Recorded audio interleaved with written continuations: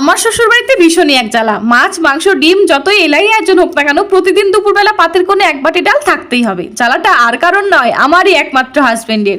গ্রীষ্ম বর্ষা শরৎ হেমন্ত বিয়ে বাড়ি শ্রাদ্ধ বাড়ি সব সিজনে সব জায়গায় ডাল তার চাই চাই।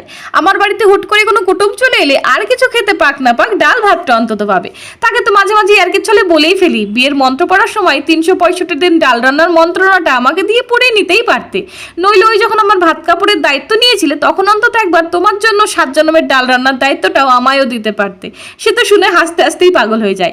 শোনো না, কালকে ওই যে মাছটা এনেছিলে, মুড়োটা ফ্রিজে রয়ে গেছে, ওটা দিয়ে একটু মুড়ো ঘন্ট বানাবো।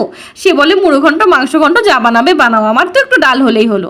আমার হাতের এই মাছের মাথা দিয়ে মুগের ডাল তার কিন্তু ভারী পছন্দের। এক বোন কমেন্ট করেছে, আপু আমার নাম আপনি নেন না, নাম তাহসিন আক্তার।